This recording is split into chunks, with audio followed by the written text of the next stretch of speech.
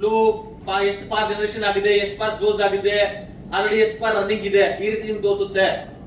ಯಾರು ಲಾಗಿನ್ ಆದ್ರೆ ಕಸ್ಟಡಿಯನ್ ಲಾಗಿನ್ ಆದ್ರೆ, ಪಾರ್ ಮ್ಯಾನೇಜರ್ಗೆ ಅದರಿಂದ ಕಸ್ಟಡಿಯನ್ ತೋರಿಸೋದಿಲ್ಲ, ಕಸ್ಟಡಿಯನ್ ಮಾತ್ರ ಈ ರೀತಿ ತೋರಿಸುತ್ತೆ. ಓಕೆನಾ?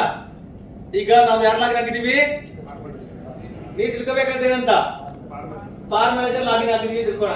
ಓಕೆನಾ? ಈಗ ನಮಗೆ PAR manager separate, ordinal custodian separate, custodian separate login ಇಲ್ಲ, ಎಲ್ಲಾ ಕೆಲಸನು ಒಂದೇ ಲಾಗಿನ್ ಮಾಡ್ತೀವಿ. ಈಗ ಸದ್ಯಕ್ಕೆ ನೀವು ಪಾರ್ ಮ್ಯಾನೇಜರ್ ಲಾಗಿನ್ ಆಗಿದೀವಿ ತಿಳ್ಕೋಣ. ಈಗ ಪಾರ್ ಮ್ಯಾನೇಜರ್ ಏನ್ ಮಾಡ್ಬೇಕು,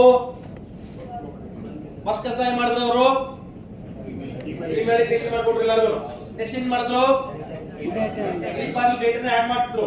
ನೆಕ್ಸ್ಟ್ ಈಗ ಏನ್ ಮಾಡ್ಬೇಕು, ಪ್ರತಿಯೊಬ್ಬರಿಗೂ ವರ್ಕ್ ಫ್ಲೋ ನ ಕ್ರಿಯೇಷನ್ ಮಾಡ್ಕೊಡ್ಬೇಕು. ಅಂದ್ರೆ ಯಾವ ಇನ್ಫಾರ್ಮೇಶನ್ ತಗೋಬೇಕು, ಫಸ್ಟ್ ಏನ್ ಮಾಡ್ಬೇಕು, ಇವರು ಲೆಕ್ಕ ಶೀಟ್ ರೆಡಿ ಮಾಡ್ಕೋಬೇಕಾಗತ್ತೆ. ಈ ಒಂದು ಅಸೆಸ್ಮೆಂಟ್ ಪೀರಿಯಡ್ ಅಲ್ಲಿ ನಿಮ್ಗೆ ಯಾರು ರಿಪೋರ್ಟಿಂಗ್ ಇದ್ರು, ಯಾರು ರಿವ್ಯೂಯಿಂಗ್ ಇದ್ರು, ಯಾರು ಅಸೆಸ್ಮೆಂಟ್ ಇದ್ರು, ಮತ್ತೆ ನಿಮ್ದು ಬೇಸಿಕ್ ಇನ್ಫಾರ್ಮೇಶನ್ ಭಾಗ ಒಂದು ಫಿಲ್ ಮಾಡ್ತೀರಲ್ವಾ, ಅದು ಡೀಟೇಲ್ಸ್ ಎಲ್ಲ ತಗೋಬೇಕಾಗತ್ತೆ. ತಗೊಂಡ್ರೆ ಉತ್ತಮ, ನಿಮ್ ಫಿಲ್ ಮಾಡಕ್ ಈಸಿ ಆಗುತ್ತೆ. ಓಕೆನಾ? ಕ್ಲಿಯರಾ? ಈಗ ಏನ್ ಮಾಡಿದ್ರು, PAR manager workflow creation ಮಾಡ್ಬೇಕಲ್ವಾ, ವರ್ಕ್ ಫ್ಲೋ ನ ಕ್ರಿಯೇಷನ್ ಮಾಡ್ಬೇಕು ಅಂತ ನೋಡಿ. ವರ್ಕ್ ಫ್ಲೋ ಇದೆಯಾ, ಇಲ್ಲಿ ವರ್ಕ್ ಫ್ಲೋ ಹೋಗ್ಬೇಕು. ಪಾರ್ ಮ್ಯಾನೇಜರ್ಸ್ ವರ್ಕ್ ಫ್ಲೋ ಹೋಗ್ಬೇಕು. ವರ್ಕ್ ಫ್ಲೋ ಅಲ್ಲಿ ಕ್ರಿಯೇಟ್ ಸ್ಲಾಶ್ ಅಪ್ಡೇಟ್ ಅಂತ ಇದೆ, ಅಲ್ಲಿ ಹೋಗ್ಬೇಕಾಗುತ್ತೆ. ಪಾರ್ ಮ್ಯಾನೇಜರ್ ಲಾಗಿನ್ ಆಗ್ಬೇಕು, ವರ್ಕ್ ಫ್ಲೋ ಕ್ರಿಯೇಷನ್ ಮಾಡ್ಬೇಕು ಅಂದ್ರೆ ವರ್ಕ್ ಫ್ಲೋ ಅಲ್ಲಿ ಕ್ರಿಯೇಟ್ ಸ್ಲಾಶ್ ಅಪ್ಡೇಟ್ ಅಂತ ಇದೆ, ಅಲ್ಲಿ ಕ್ಲಿಕ್ ಮಾಡ್ಬೇಕಾಗುತ್ತೆ.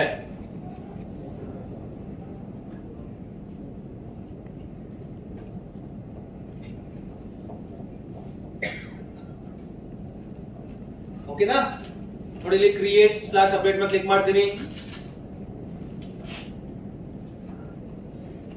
ಓಕೆನಾ? ಇಲ್ಲಿ ಪಾರ್ ಮ್ಯಾನೇಜರ್ ಚೂಸ್ ಮಾಡಬೇಕು. ಅಸೆಸ್ಮೆಂಟ್ ಪೀರಿಯಡ್ ಯಾವ ವರ್ಷದ ಅವರು ವರ್ಕ್ ಫ್ಲೋ ಕ್ರಿಯೇಷನ್ ಮಾಡಬೇಕು. ಇಲ್ಲಿ ಡ್ರಾಪ್ ಡೌನ್ ಮೇಲೆ ಕ್ಲಿಕ್ ಮಾಡಿದ್ರೆ ತೋರಿಸುತ್ತೆ ಯಾವ ವರ್ಷದ ಇರುತ್ತೆ ಅಂತ. ಯಾವ ವರ್ಷದ ಅವರು ವರ್ಕ್ ಫ್ಲೋ ಕ್ರಿಯೇಷನ್ ಮಾಡಬೇಕು, ಆ ವರ್ಷದ ಏನ್ ಮಾಡ್ಬೇಕಾಗುತ್ತೆ, ಅವರು ಚೂಸ್ ಮಾಡಬೇಕಾಗತ್ತೆ. ಓಕೆನಾ? ನೆಕ್ಸ್ಟ್ ಎಂಪ್ಲಾಯ್ ಕೆಜೆಡಿ ಗೊತ್ತಿದ್ಯಾ? ಈಗ ಯಾರ್ದು ನಾವು ವರ್ಕ್ ಫ್ಲೋ ಕ್ರಿಯೇಷನ್ ಮಾಡಬೇಕು, ಅವ್ರ ಕೆಜೆಡಿ ಗೊತ್ತಿದ್ಯಾ? ಕೆಜೆಡಿ ನಂಬರ್ ಆಕ್ಸೆಸ್ ಮಾಡಬಹುದು. ನೇಮ್ ಗೊತ್ತಿದ್ಯಾ? ನೇಮ್ ಆಕ್ಸೆಸ್ ಮಾಡಬಹುದು. ಡೆಸ್ಟಿನೇಷನ್ ಗೊತ್ತಿದ್ಯಾ?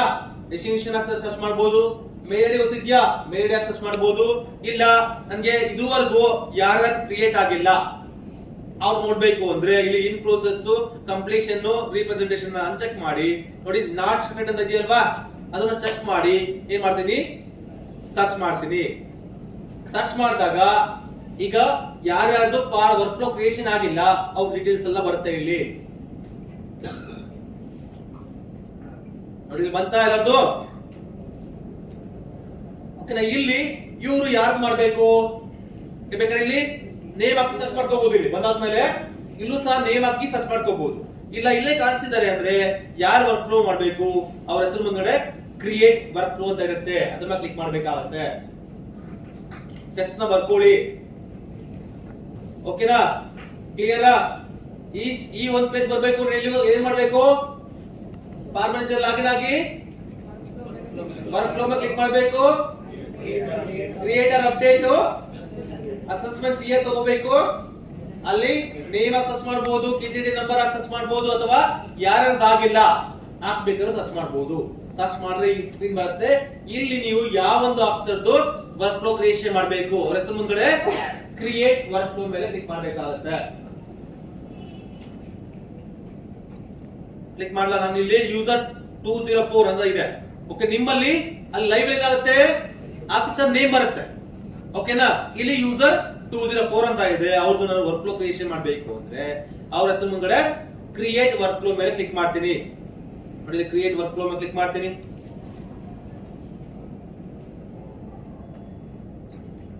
ಓಕೆನಾ? ಈಗ ಅಸೆಸ್ಮೆಂಟ್ ಇಯರ್ ಪೀರಿಯಡ್ ಏನು, ಏಪ್ರಿಲ್ 1ನೇ ತಾರೀಕುವರೆಗೂ, ಏಪ್ರಿಲ್ 1ನೇ ತಾರೀಕಿಂದ ಹಿಡಿದು ಮಾರ್ಚ್ 31 ತಗೋತೀವಲ್ವಾ. ಇನ್ ಕೇಸ್ ಈ ಪೂರ್ತಿ ವರ್ಷ ಅವರು ಒಂದೇ ಕಡೆ ವರ್ಕ್ ಮಾಡಿದಾರಾ, ನೀವ್ ಯಾವ ಎಂಪ್ಲಾಯ್ ಚೂಸ್ ಮಾಡಿದ್ರಲ್ವಾ ಆ ಎಂಪ್ಲಾಯಿ ಪೂರ್ತಿ ಅಸೆಸ್ಮೆಂಟ್ ಪೀರಿಯಡ್ ಒಂದೇ ಕಡೆ ವರ್ಕ್ ಮಾಡಿದಾರಾ. ಇನ್ ಕೇಸ್ ಕೆಲವೊಮ್ಮೆ ಏನಾಗುತ್ತೆ, ಪ್ರಮೋಷನ್ ಆಗಿರುತ್ತೆ, ಟ್ರಾನ್ಸ್ಫರ್ ಆಗಿರುತ್ತೆ, ಆಗೇನಾಗುತ್ತೆ ಒಂದ್ 7 ತಿಂಗಳು ಇಲ್ಲಿ ವರ್ಕ್ ಮಾಡಿರ್ತಾರೆ, ಇನ್ನೊಂದು 6 ತಿಂಗಳು ಬೇರೆ ಕಡೆ, 5 ತಿಂಗಳು ಬೇರೆ ಕಡೆ ವರ್ಕ್ ಮಾಡಿರ್ತಾರೆ. ಆತರ ಇದ್ದಾಗ ಸ್ಪ್ಲಿಟ್ ಮಾಡಬಹುದಾ? ಎಸ್, ಮಾಡಬಹುದು. ಅಂದ್ರೆ ನಾವೇನ್ ಮಾಡ್ತೀವಿ ಮ್ಯಾನುವಲ್ ಅಲ್ಲಿ ಜಾಸ್ತಿ ಎಲ್ಲ ವರ್ಕ್ ಮಾಡಿದ್ರು ಅದನ್ನ ಚೂಸ್ ಮಾಡ್ಕೊತೀವಲ್ವಾ. ಇಲ್ಲಿ ಬೇಕಾದ್ರೆ ಸ್ಪ್ಲಿಟ್ ಮಾಡಿ ಬರೋದಕ್ಕೆ ಅವಕಾಶ ಇದೆ. ನೀವು ಸ್ಪ್ಲಿಟ್ ಮಾಡ್ಕೋಬಹುದು. ಬೇಕಾದ್ರೆ ಒಂದು ಅಸೆಸ್ಮೆಂಟ್ ಪೀರಿಯಡ್ ನ 4 ಸ್ಪ್ಲಿಟ್ ಮಾಡಿ ಬರ್ಕೋವಂತ ಅವಕಾಶ ಇದೆ ಅಪ್ಲಿಕೇಶನ್ ಅಲ್ಲಿ ಬರ್ಕೋಬಹುದು. ಓಕೆನಾ? ಆಲ್ಮೋಸ್ಟ್ ಎಲ್ಲ ಲೆಕ್ಕ ಏನ್ ಮಾಡ್ತಾರೆ ಅಂದ್ರೆ ಜಾಸ್ತಿ ಎಲ್ಲಿ ವರ್ಕ್ ಮಾಡಿದ್ರು ಅದು ಮಾತ್ರ ಕನ್ಸಿಡರ್ ಮಾಡ್ಕೋತಾರೆ. ನಿಮ್ ಬಿಟ್ಟಿದ್ದು. ಓಕೆನಾ? ಅಪ್ಲಿಕೇಶನ್ ಅಂತೂ ಅವಕಾಶ ಇದೆ. ನೋಡಿ ಫಾರ್ ಎಕ್ಸಾಂಪಲ್ ನೋಡಿ ಅಬ್ಸರ್ವ್ ಮಾಡಿ. ಉದಾಹರಣೆಗೆ ಇವ್ರು ಏನ್ ಮಾಡಿದ್ರು, ನವೆಂಬರ್ 31 ನವೆಂಬರ್ ತಿಂಗಳವರೆಗೂ ಒಂದ್ ಕಡೆ ವರ್ಕ್ ಮಾಡಿದ್ರು. ಡಿಸೆಂಬರ್, ಜನವರಿ, ಫೆಬ್ರವರಿ, ಮಾರ್ಚ್ ಬೇರೆ ಕಡೆ ವರ್ಕ್ ಮಾಡಿದ್ರು ಅಂತ ತಿಳ್ಕೊತೀನಿ. ಓಕೆನಾ? ಇಲ್ಲಿ ನೋಡಿ ಚೂಸ್ ಮಾಡಿದೀನಾ. ಏಪ್ರಿಲ್ 1ನೇ ತಾರೀಕಿಂದ ಹಿಡಿದು ನವೆಂಬರ್ 30ವರೆಗೂ ಒಂದ್ ಕಡೆ ವರ್ಕ್ ಮಾಡಿದ್ರು ಚೂಸ್ ಮಾಡಿದ್ನ. ಓಕೆನಾ? ನೆಕ್ಸ್ಟ್ ಸ್ಟೇಟಸ್ ಏನಿದು, ವರ್ಕಿಂಗಾ? ಓಕೆ. ಇಲ್ಲಿ ಬೇಕಾದ್ರೆ ವರ್ಕಿಂಗ್ ಅಂತ ಇರುತ್ತೆ, ಲೀವ್ ಅಂತ ಇರುತ್ತೆ, NRC ಅಂತ ಇರುತ್ತೆ. NRC ಅಂದ್ರೆ no report certificate. In case ಆ ಟೈಮ್ ಅಲ್ಲಿ ಯಾರಿಗೂ ಅವರು ರಿಪೋರ್ಟ್ ಮಾಡ್ತಿರ್ಲಿಲ್ಲ, ಕೆಲವೊಮ್ಮೆ ಸಸ್ಪೆಂಡ್ ಆಗಿರ್ತಾರೆ, ಇಲ್ಲ ಲೀವ್ ಮೇಲೆ ಹೋಗಿರ್ತಾರೆ, ಟ್ರೈನಿಂಗ್ ಹೋಗಿರ್ತಾರೆ, ಆತರ ಇದ್ದಾಗ NRC ಚೂಸ್ ಮಾಡ್ತಾರೆ. Waiting period. ಏನ್ ಸರ್? Waiting period. ಸರ್ ಅಂದ್ರೆ ಯಾರು ರಿಪೋರ್ಟ್ ಮಾಡ್ತಿಲ್ಲ ಅಂದ್ರೆ NRC ಅಷ್ಟೇ. ಓಕೆ. ವರ್ಕಿಂಗ್ ಇದ್ರೆ ವರ್ಕಿಂಗ್ ತಗೊಳ್ಳಿ, ಇಲ್ಲ ಆ ಟೈಮಲ್ಲಿ ಯಾರು ರಿಪೋರ್ಟ್ ಮಾಡ್ತಿರ್ಲಿಲ್ಲ ಅಂದ್ರೆ NRC ಚೂಸ್ ಮಾಡಿ. ಉದಾಹರಣೆ ನೋಡಿ, ಇಲ್ಲಿ ವರ್ಕಿಂಗ್ ತಗೋತೀನಿ ನಾನು. ನೆಕ್ಸ್ಟ್ ನೋಡಿ, ಇಲ್ಲಿ ಆಟೋಮೆಟಿಕ್ ಬರುತ್ತೆ ನಿಮ್ಗೆ ಫಾರ್ಮ್ ಟೈಪ್. ನೆಕ್ಸ್ಟ್ ಏನ್ ಮಾಡ್ಬೇಕು ನೀವು, ಇಲ್ಲಿ ಆಕ್ಷನ್ ಹೋಗ್ಬೇಕಾಗುತ್ತೆ. ಓಕೆ, ಆಕ್ಷನ್ ಹೋಗ್ಬೇಕಾಗುತ್ತೆ. ಆಕ್ಷನ್ ಅಲ್ಲಿ ಕಂಟಿನ್ಯೂ ಮೇಲೆ ಕ್ಲಿಕ್ ಮಾಡ್ಬೇಕಾಗುತ್ತೆ. ಕ್ಲಿಯರಾ? ಅಸೆಸ್ಮೆಂಟ್ ಪೀರಿಯಡ್ ಚೂಸ್ ಮಾಡಬೇಕು. ಇನ್ ಕೇಸ್ ಒಂದೇ ಕಡೆ ವರ್ಕ್ ಮಾಡಿದ್ರೆ ಅಂದ್ರೆ ಪೂರ್ತಿ ತಗೊಳ್ಳಿ. ಇನ್ ಕೇಸ್ ಸ್ಪ್ಲಿಟ್ ಮಾಡಬೇಕು ಅಂದ್ರೆ ಸ್ಪ್ಲಿಟ್ ಮಾಡ್ಬೇಕಾದ್ರೂ ನೀವು ಜನರೇಟ್ ಮಾಡಬಹುದು. ಕ್ಲಿಯರ್ ಆಯ್ತಾ? ನೆಕ್ಸ್ಟ್ ನೋಡಿ, ಇಲ್ಲಿ ನಾನು ಕಂಟಿನ್ಯೂ ಮೇಲೆ ಕ್ಲಿಕ್ ಮಾಡ್ತೀನಿ. ಓಕೆನಾ? ಕಂಟಿನ್ಯೂ ಮೇಲೆ ಕ್ಲಿಕ್ ಮಾಡಿದ್ರೆ ಈ ಸ್ಕ್ರೀನ್ ಬರುತ್ತೆ. ಓಕೆನಾ? ನೋಡಿ ಇಲ್ಲಿ ಆಫೀಸ್ ರಿಪೋರ್ಟಿಂಗ್ ಅಪಾನ್ ಯಾರ ನೇಮ್ ಇದೆ, ಯಾರ್ದು ವರ್ಕ್ ಫ್ಲೋ ಕ್ರಿಯೇಷನ್ ಮಾಡಿರ್ತೀವಲ್ವಾ ಅವ್ರ ನೇಮ್ ಇದೆ ಅಲ್ವಾ. ನೆಕ್ಸ್ಟ್ ನೋಡಿ, ಇಲ್ಲಿ CR ಸೆಕ್ಷನ್ ಕಸ್ಟಡಿಯನ್, ಯಾರ ಇಲಾಖೆ ಕಸ್ಟಡಿಯನ್ ಇರ್ತಾರಲ್ವಾ ಅವ್ರ ನೇಮ್ ಇರುತ್ತೆ. ನೆಕ್ಸ್ಟ್ ಆಫೀಸರ್ ಡಿಸ್ಕ್ಲೋಸರ್ ಸೇಮ್, ಯಾರ ಆಫೀಸರ್ ವರ್ಕ್ ಫ್ಲೋ ಮಾಡ್ತಾ ಇದೀವಿ ಅವ್ರ ನೇಮ್ ಬರುತ್ತೆ. ನೆಕ್ಸ್ಟ್ CR ಸೆಕ್ಷನ್ ಅಂದ್ರೆ ಸೇಮ್ ಕಸ್ಟಡಿಯನ್ ಬರುತ್ತೆ. ಇದೆಲ್ಲ ಫಿಲ್ ಆಗಿರುತ್ತೆ. ಜಸ್ಟ್ ನೀವು ವರ್ಕ್ ಫ್ಲೋ ಅಲ್ಲಿ ಫಾರ್ಮುಲಾ ಸೆಂಡ್ ಮಾಡಬೇಕು.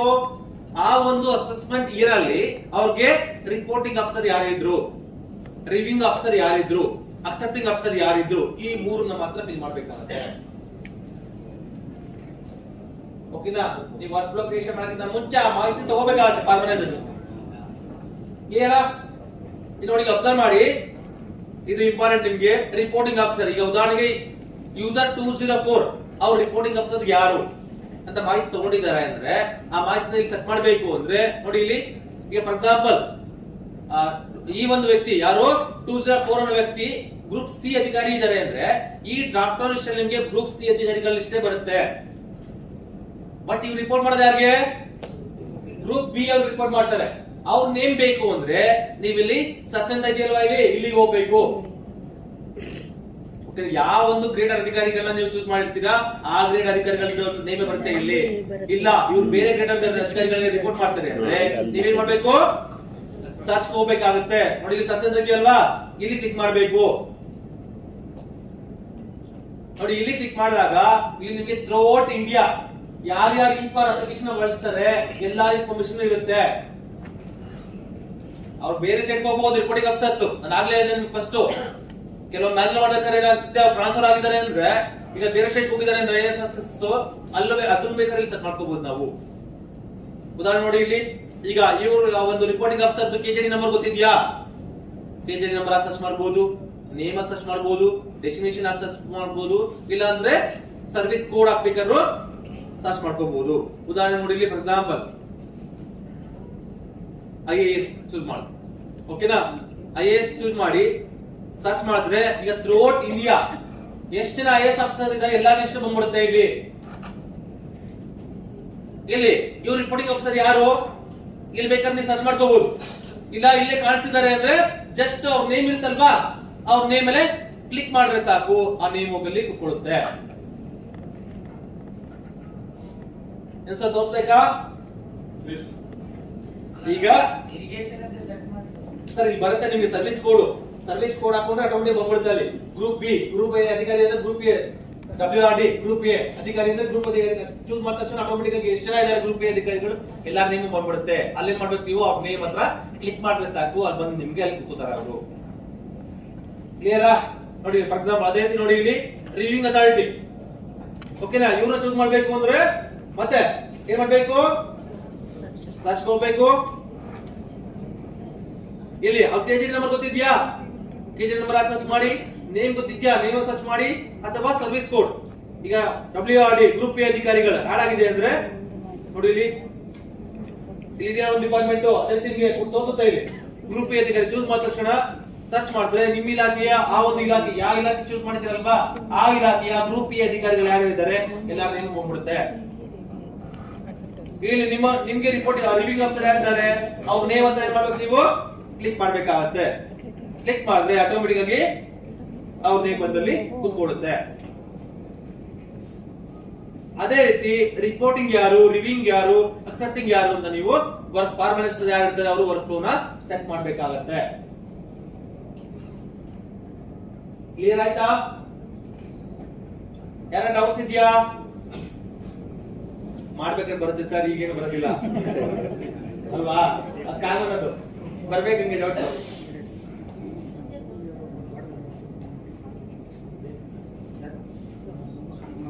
ಮಾಡಿ ತೊಂದ್ರೆ ಇಲ್ಲ ಸರ್. NRC ಕೋಡ್ ಅಲ್ಲಿ ಇದ್ದಿದ್ದು ರಿಪೋರ್ಟಿಂಗ್ ಅಥಾರಿಟಿ ಯಾರು ಮಾಡ್ತಿಲ್ಲ ಸರ್. ಬರ್ತೀನಿ, ಅದು ಬರ್ತೀನಿ, ಅದು ತೋರಿಸ್ತೀನಿ ಸರ್ ನಿಮಗೆ, ತೊಂದ್ರೆ ಇಲ್ಲ. ಓಕೆ ನೋಡಿ ಇಲ್ಲಿ ಅಬ್ಸರ್ವ್ ಮಾಡಿ. ಇಲ್ಲಿ ಈ ರೀತಿ ಪ್ರತಿಯೊಬ್ಬರಿಗೂ ಜಾಸ್ತಿ ಎಲ್ಲ ತಗೊಂಡು ಕಮಿಟಿ ಮಾಡ್ಕೊಂಡಿದ್ದಾರೆ ಇದ್ದಾರೆ. ರಿವ್ಯೂ ಆಫೀಸರ್ ಏನಾಗಿದ್ದಾರೆ ಡೇಟಾ ಆಗಿದೆ ಅಂತ ತಿಳ್ಕೊಳ್ಳೋಣ. ಓಕೆನಾ? ಈಗ ಪಾರ್ನ ವರ್ಕ್ ಫ್ಲೋ ಕ್ರಿಯೇಷನ್ ಮಾಡಿದ್ರು PAR manager. Next attendance custody ಏನ್ ಮಾಡಿದ್ರು? ಪಾರ್ನ ಜನರೇಷನ್ ಮಾಡಿದ್ರು. ಯೂಸರ್ ಹತ್ರ ಹೋಯ್ತು. ಯೂಸರ್ ಭಾಗ 2 ಬರೆದ್ರು, ಭಾಗ 3 ಕಳಿಸಿದ್ರು. ರಿಪೋರ್ಟಿಂಗ್ ಆಫೀಸರ್ ಅವರು ಬರೆದ್ರು. ನೆಕ್ಸ್ಟ್ ಯಾರಿಗೆ ಹೋಗ್ಬೇಕು? ರಿವ್ಯೂ ಹೋಗ್ಬೇಕು. ಇಲ್ಲಿ ಏನಾಗಿದ್ದಾರೆ ಅವರು? ರಿಟೈರ್ಡ್ ಆಗಿದ್ದಾರೆ. ಅವ್ರು ಹೇಳ್ತಾರೆ ಸರ್ ನಾನು ಮ್ಯಾನ್ಯಲ್ ಬರೀತೀನಿ, ಮ್ಯಾನ್ಯಲ್ ಬರ್ಕೊಡ್ತೀನಿ, ನಾನು ಅಪ್ಲಿಕೇಶನ್ ಬರೆಯಲೆ ಅಂತ ಹೇಳ್ತಾರೆ. ಇನ್ ಕೇಸ್ ಬರೀತೀನಿ ಅಂದ್ರೆ ಅದಕ್ಕೂ ಕೂಡ ಅವಕಾಶ ಇದೆ. ಆನ್ಲೈನ್ ಬರೀತೀನಿ ಅಂದ್ರೆ ಆನ್ಲೈನ್ ಬರ್ಸ್ಬೋದು ಬೇಕಾದ್ರೆ. ಕೇಸ್ ಆತರ ಇದ್ದಾಗ ಆ ಸ್ಟೆಪ್ಸ್ ನ ಏನ್ ಮಾಡ್ಬೇಕಾಗುತ್ತೆ? ನೀವು ಡೆಲಿಗೇಷನ್ ಕ್ಲಿಕ್ ಮಾಡ್ಬೇಕಾಗುತ್ತೆ. ಡೆಲಿಗೇಷನ್ ಕ್ಲಿಕ್ ಮಾಡಿದ್ರೆ ಏನಾಗುತ್ತೆ? ಆ ಸ್ಟೇಜ್ ರಿಪೋರ್ಟಿಂಗ್ ಆಫೀಸರ್ ಬದಾದ್ಮೇಲೆ ಅದು ಯಾರಿಗೆ ಹೋಗುತ್ತೆ? ಕಸ್ಟಡಿಯನ್ ಹೋಗುತ್ತೆ. ಕಸ್ಟಡಿಯನ್ ಹೋಗುತ್ತೆ. ಕಸ್ಟಡಿಯನ್ ಏನ್ ಮಾಡ್ತಾರೆ? ಅದನ್ನ ಏನ್ರಿ ಮ್ಯಾನ್ಯಲ್ ಬರ್ಸ್ಕೊಂಡ್ ಬಂದಿರ್ತಾರಲ್ವಾ ಅದನ್ನ ನೋಡಿ ಅವ್ರ ಲಾಗ್ನಲ್ಲಿ ಫಿಲ್ ಮಾಡಬಹುದು.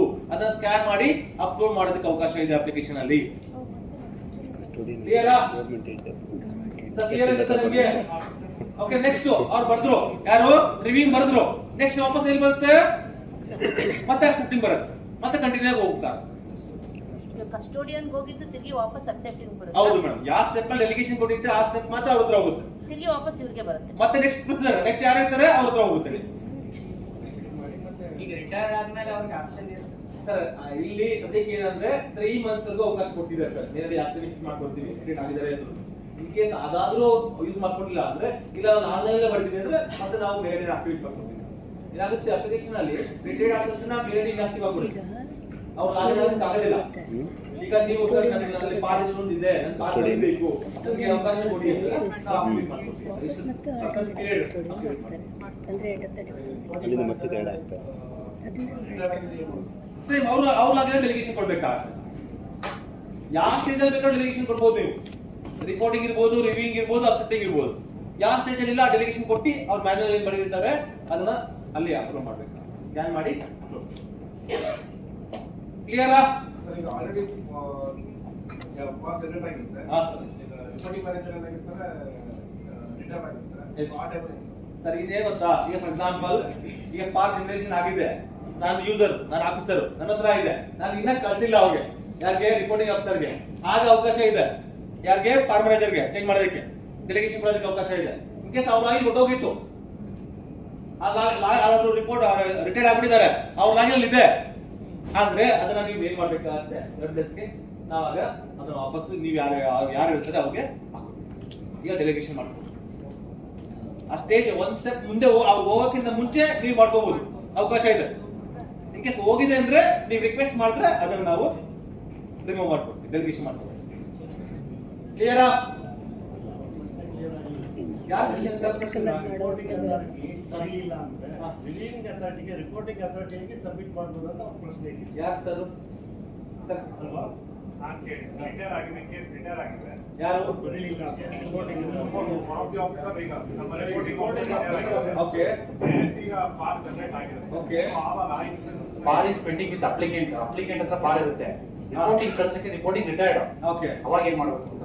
ಅದೇ ಸರ್ ನಾನು ಹೇಳಿದಲ್ಲ ಆತರ ಇದ್ದಾಗ ಯಾವ ಲಾಗಿಂಗ್ ನಾನು ಅಪ್ಲಿಕೇಶನ್ ಓಕೆನಾ, ನಾನು ಆಫೀಸರ್ ಓಕೆನಾ, ನಮ್ ರಿಪೋರ್ಟಿಂಗ್ ಆಫೀಸರ್ ರಿಟೈರ್ಡ್ ಆಗಿದ್ದಾರೆ ಓಕೆನಾ, ಈಗ ಅವ್ರ ಲಾಗಿಂಗ್ ಕೊಟ್ಟೋಗಿದೆ ಅಂದ್ರೆ ನೀವು ರಿಕ್ವೆಸ್ಟ್ ಮಾಡ್ಬೇಕಾಗತ್ತೆ ನಮ್ಗೆ. ಹಾಗೆ ಹೋಗಿಲ್ಲ ಅಪ್ಲಿಕೆಂಟ್ ಹತ್ರನೇ ಇದೆ. ಅಪ್ಲಿಕೇಟ್ ಇದೆ ಅಂದ್ರೆ ಫಾರ್ಮಲ್ ಬೇಕಾದ್ರೆ ಚೇಂಜ್ ಮಾಡ್ಬೋದು ನೀವು, ಅಲ್ಲಿ ಡೆಲಿಗೇಷನ್ ಕೊಡ್ಬೇಕಾಗತ್ತೆ.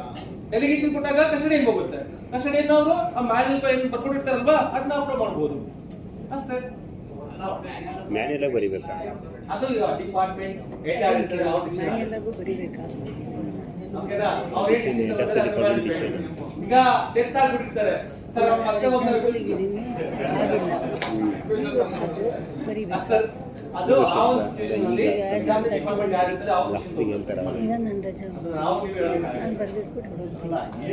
ಏನ್ ತಗೋಬಹುದು ಸರ್, ಅದು ಒಂದೊಂದು ಇಲಾಖೆಗೂ ಡಿಫರ್ ಆಗುತ್ತೆ ಸರ್. ನಾವು ಯಾವ ರೀತಿ ಮುಂಚೆ ಬರ್ದಿಟ್ಬಿಡ್ತೀನಿ ಅಂತ, ಬಟ್ ಈ ವರ್ಷ ಇಲ್ಲ ಅಂತ ಎಲ್ಲರೂ ಕಸ್ಟಡಿಯನ್ ಹತ್ರ ಹೋಗಿ ವಾಪಸ್ ಹಾಕ್ಕೊಂತಾರೆ. ಅವರೇ ಒಪಿನಿಯನ್ ಬರೀತಾರೆ, ಅದು ಯಾವುದು ಯಾವ ರೀತಿ ಹೇಳೋದಕ್ಕಾಗಲ್ಲ. ಓಕೆ, ನಾವೆಲ್ಲ ಅವಕಾಶ ಡಾಕ್ಟರ್ ಡಿಪಾರ್ಟ್ಮೆಂಟ್ ಯಾರಿದ್ದಾರೆ ಅವರು ಅಲ್ಲಿ ಅವ್ರು ಅಪ್ಪ ಕ್ಲಿಯರಾ?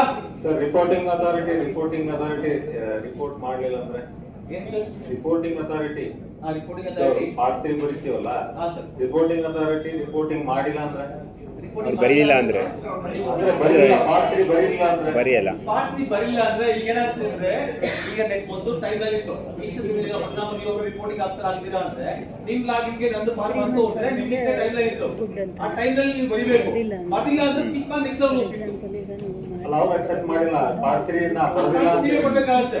ನೀವ್ ಯಾಕೆ ಬರ್ದಿಲ್ಲ ಅಂತ ನಿಮ್ ಎಲ್ಲ ಗುಡ್ ಅಂತ ನೆಕ್ಸ್ಟ್ ಫ್ಯೂಚರ್ ಏನಾಗುತ್ತೆ ಅಂದ್ರೆ ಅದಕ್ಕೆ ಅಷ್ಟೆಲ್ಲ ಬರೀ ಟೈಮ್ ಲೈನ್ ಬರುತ್ತೆ ಓಕೆನಾ. ಈಗ ರಿಪೋರ್ಟಿಂಗ್ ಆಫೀಸರ್ಗೆ ಎಷ್ಟು ಒಂದ್ ತಿಂಗಳು ಟೈಮ್, ಆ ಒಂದ್ ತಿಂಗಳು ಟೈಮ್ ಅಲ್ಲಿ ಅವ್ರು ಬರೀಬೇಕು. ಬರ್ತಿಲ್ಲ ಅಂದ್ರೆ ಆಟೋಮೆಟಿಕ್ ಆಗಿ ರಿವ್ಯೂ ಹೋಗುತ್ತೆ. ಈಗ ನೆಕ್ಸ್ಟ್ ಆನ್ಸರ್ ಯಾರು ಮಾಡ್ಬೇಕು? ರಿಪೋರ್ಟಿಂಗ್ ಆಫೀಸರ್ಸ್ ಆನ್ಸರ್ ಮಾಡ್ಬೇಕಾಗುತ್ತೆ, ಯಾಕೆ ಬರ್ಲಿಲ್ಲ ಅವರು.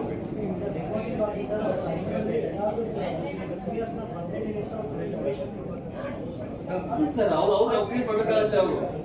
ಹೌದು ಈಗ ಫಾರ್ ಎಕ್ಸಾಂಪಲ್ ಅವ್ರು ಸಿಆರ್ ಸಬ್ಮಿಟ್ ಮಾಡ್ಬೇಕಾದಾಗ ಅವ್ರು ಕೊಡ್ಬೇಕಾಗುತ್ತೆ. ಯಾವ್ದು ಪೆಂಡಿಂಗ್ ಇಲ್ಲ. ಹೌದು ಸರ್, ಹೌದು ಸೆಕ್ಷನ್ ನೀವು ಸಿಆರ್ ಬರೆಯೋದು, ಎಲ್ಲರದ್ದು ನಿಮ್ಮ ಸೆಕ್ಷನ್ ನೀವು ಬರ್ದಿದ್ದೀರೋ ಅಂತ ಹೌದು, ಅದರಲ್ಲಿ ಒಂದು ಪಾರ್ಟಲ್ಲಿ ಬರುತ್ತಲ್ಲ ಮೇಡಮ್, ಇದೆ ಪಾರ್ಟ್ 3 ನಲ್ಲಿ ಅದು ಯಾಕೆ ಬರ್ದಿಲ್ಲ ಅಂತ ಅಲ್ಲಿ ಅದನ್ನ ರೀಸನ್ ಮೆನ್ಷನ್ ಮಾಡಿ. ಅಲ್ಲ ಅಲ್ಲ ಸರ್ ಹಾಗಾದ್ರೆ ಅವ್ರನ್ನೆಲ್ಲ ಬರೀಬೇಕು, ನಾವು ನಮ್ಮ ಪಾರ್ಟ್ ಎಂಟ್ರಿ ಮಾಡಿದ್ವಿ. ಮಾಡಂಗೇ ಇಲ್ಲ.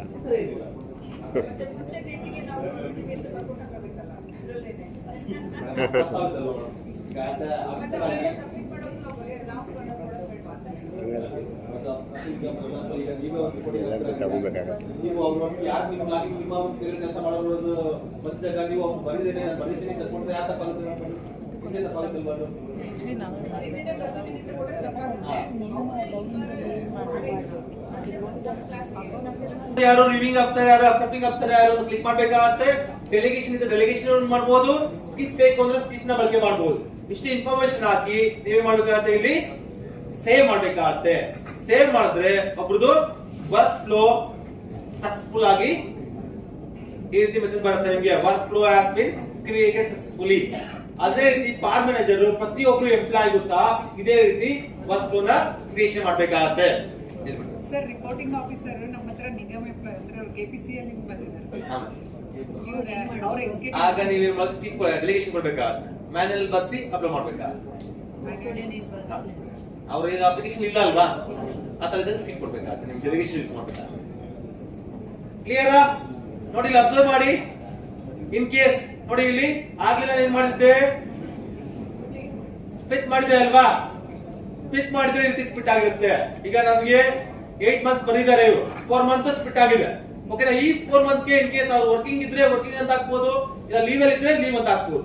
ಸರ್ ಆಗ್ಲೇ ಕೇಳಿದ್ರು ಇನ್ ಕೇಸ್ ಏನಾದ್ರು ಎನ್ಆರ್ಸಿ ಇದ್ರೆ ಅವ್ರು ಯಾರು ರಿಪೋರ್ಟ್ ಮಾಡ್ತಾರೆ ಅನ್ಬೇಕು. ನೋಡಿ ಇಲ್ಲಿ ಉದಾಹರಣೆ ನೋಡಿ, ಇಲ್ಲಿ ಎನ್ಆರ್ಸಿ ಚೂಸ್ ಮಾಡ್ತೀನಿ ಓಕೆನಾ, ಇಲ್ಲಿ ಟ್ರೈನಿಂಗ್ ಆಗ್ತೀನಿ ಓಕೆನಾ. ನೆಕ್ಸ್ಟ್ ಕಂಟಿನ್ಯೂ ಕ್ಲಿಕ್ ಮಾಡ್ತೀವಿ. ನೋಡಿ ಇಲ್ಲಿ NRC ಅಂತ ಚೂಸ್ ಮಾಡೋದ್ರಿಂದ ಬರುತ್ತೆ ಇಲ್ಲಿ ರಿಪೋರ್ಟಿಂಗ್ ರಿವ್ಯೂಂಗ್ ಅಕ್ಸೆಪ್ಟಿಂಗ್ ಕೇಳುತ್ತಾ ಕೇಳೋದಿಲ್ಲ. ಜಸ್ಟ್ ಕಸ್ಟಡಿಯನ್ ಯಾರು ಆಫೀಸರ್ ಯಾರು ಅಷ್ಟೇ ಬರುತ್ತೆ. ನೀವು NRC ಚೂಸ್ ಮಾಡಿದ್ರೆ NRC ಮೀನ್ಸ್ ಏನು ಆ ಒಂದು ಪೀರಿಯಡ್ ಅಲ್ಲಿ ಅವ್ರು ಯಾರಿಗೂ ರಿಪೋರ್ಟ್ ಮಾಡ್ತಿರ್ಲಿಲ್ಲ ಅಂತ ಅಲ್ವಾ. ಅದೇ ನೀವು NRC ಚೂಸ್ ಮಾಡಿದ್ರೆ ಈ ರೀತಿ ವರ್ಕ್ ಫ್ಲೋ ಬರುತ್ತೆ ನಿಮಗೆ. ಕ್ಲಿಯರಾ? ಇಷ್ಟು ಇನ್ಫಾರ್ಮೇಶನ್ ಹಾಕಿ ಇಲ್ಲಿ ಸೇವ್ ಕೊಡ್ಬೇಕಾಗತ್ತೆ. ಕ್ಲಿಯರ್ ಆಯ್ತಾ? ವರ್ಕ್ ಫ್ಲೋ ಕ್ರಿಯೇಷನ್ ಮಾಡಿದಾಗ ಡೌಟ್ಸ್ ಇದೆಯಾ? ಈಗ ಲೈವ್ ಅಲ್ಲಿ ಒಂದು ನೋಡ ವರ್ಕ್ ಫ್ಲೋನ ಯಾವ ರೀತಿ ಇರುತ್ತೆ ಅನ್ಬಿಟ್ಟು. ಓಕೆನಾ?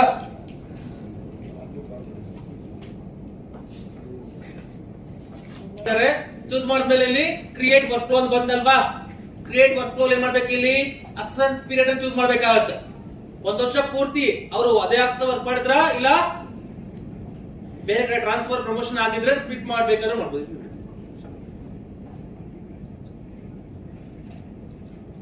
ಓಕೆನಾ?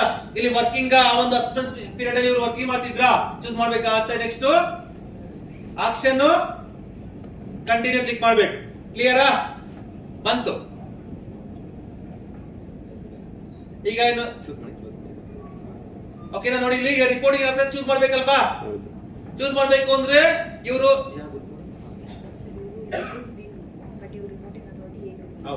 ಓಕೆನಾ? ಈಗ ಇವರು ಬಂದು ಗ್ರೂಪ್ ಬಿ ಆಫೀಸರ್, ಇವ್ರು ರಿಪೋರ್ಟ್ ಮಾಡೋದು ಯಾರಿಗೆ? ಗ್ರೂಪ್ ಎ ಅಧಿಕಾರಿಗಳಿಗೆ ರಿಪೋರ್ಟ್ ಮಾಡ್ತಾರೆ. ಅವ್ರನ್ನ ವರ್ಕ್ ಫ್ಲೋ ಅಲ್ಲಿ ನೀವು ಹಾಕ್ಬೇಕು ಅಂದ್ರೆ ಏನ್ ಮಾಡ್ಬೇಕು? ಸರ್ಚ್ ಆಪ್ಷನ್ ಹೋಗ್ಬೇಕಾಗುತ್ತೆ. ಸರ್ಚ್ ಆಪ್ಷನ್ ಕ್ಲಿಕ್ ಮಾಡ್ತೀವಿ. ಕ್ಲಿಕ್ ಮಾಡಿದ್ರೆ ಇನ್ನ ಒಂದು ಟ್ಯಾಬ್ ಓಪನ್ ಆಗುತ್ತೆ. ಓಕೆನಾ? ಈಗ ಅವ್ರ ರಿಪೋರ್ಟಿಂಗ್ ಆಫೀಸರ್ KJD ನಂಬರ್ ಗೊತ್ತಿದ್ಯಾ? KJD ನಂಬರ್ ಹಾಕ್ಬೋದು. ನೇಮ್ ಗೊತ್ತಿದ್ಯಾ? ನೇಮ್ ಹಾಕ್ಬೋದು. ನೋಡಿ ನೇಮ್ ಬಂತು. ನೆಕ್ಸ್ಟ್ ನೋಡಿ ಇಲ್ಲಿ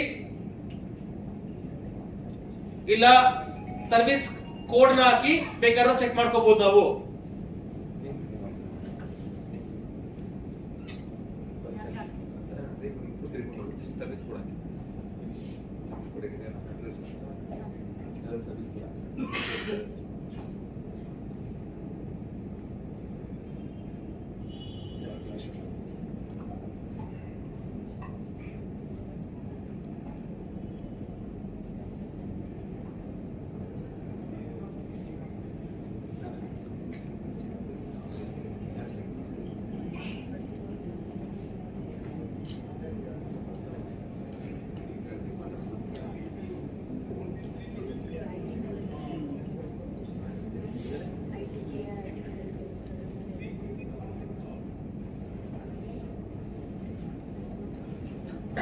ಇಲ್ಲಿ KWRD ವಾಟರ್ ರಿಸೋರ್ಸ್ ಅಂತ ಇದೆಯಲ್ವಾ ಇಲ್ಲಿ ನೋಡಿ. ಇಲ್ಲಿ ಸರ್ಚ್ ಮಾಡಿದಾಗ ಆ ಗ್ರೂಪ್ ಯಾವ ಒಂದು ಸರ್ವಿಸ್ ಕೋಡ್ ಚೂಸ್ ಮಾಡಿದ್ರಲ್ವಾ, ಗ್ರೂಪ್ ಎ ಅಧಿಕಾರಿಗಳು ಚೂಸ್ ಮಾಡಿದ್ರಲ್ವಾ, ಸರ್ಚ್ ಮಾಡಿದಾಗ ಈ ವಾಟರ್ ರಿಸೋರ್ಸ್ ಡಿಪಾರ್ಟ್ಮೆಂಟ್ ಅಲ್ಲಿ ಎಷ್ಟೆಲ್ಲ ಗ್ರೂಪ್ ಎ ಅಧಿಕಾರಿಗಳಿದ್ದಾರೆ ಎಲ್ಲಾ ನೇಮ್ ಇಲ್ಲಿ ಬಂದ್ಬಿಡುತ್ತೆ. ಇಲ್ಲಿ ಇವ್ರಿಗೆ ರಿಪೋರ್ಟಿಂಗ್ ಆಫೀಸರ್ ಯಾರು? ಫಾರ್ ಎಕ್ಸಾಂಪಲ್ ಸುಮಾ ಮೇಡಮ್ ಅಂದ್ರೆ ಸುಮಾ ಮೇಡಮ್ ನೇಮ್ ಮೇಲೆ ಕ್ಲಿಕ್ ಮಾಡಿದ್ರೆ ಸಾಕು, ಅವ್ರ ನೇಮ್ ಬಂದಲ್ಲಿ ಕೂತ್ಕೊಳ್ಳುತ್ತೆ. ಅದೇ ರೀತಿ ರಿವ್ಯೂಂಗ್ ಯಾರಿದ್ದಾರೆ ಸೇಮ್ ಹೋಗ್ಬೇಕಾಗತ್ತೆ.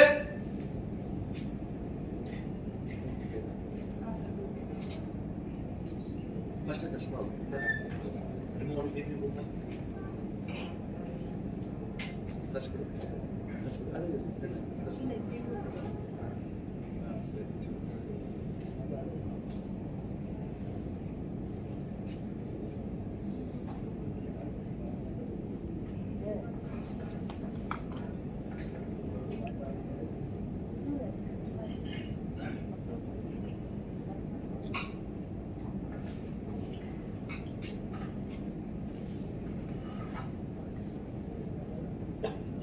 ನೀವು ಯಾವ ಗ್ರೂಪ್ ಚೂಸ್ ಮಾಡ್ತೀರಾ ಆ ಗ್ರೂಪ್ ಅಲ್ಲಿ ಇರುವಂತ ಆಫೀಸರ್ಸ್ ಎಲ್ಲ ಡಿಸ್ಪ್ಲೇ ಆಗ್ತಾರೆ. ಇದೇನ್ ಮಾಡ್ಬೇಕು ನೀವು ಅವ್ರ ನೇಮ್ ಹತ್ರ ಕ್ಲಿಕ್ ಮಾಡ್ಬೇಕಾಗತ್ತೆ. ಕ್ಲಿಕ್ ಮಾಡಿದ್ರೆ ಅವ್ರು ಏನ್ ಮಾಡಿದ್ರೆ ವರ್ಕ್ ಫ್ಲೋ ಹೋಗಿ ಸೆಟ್ ಆಗ್ತಾರೆ.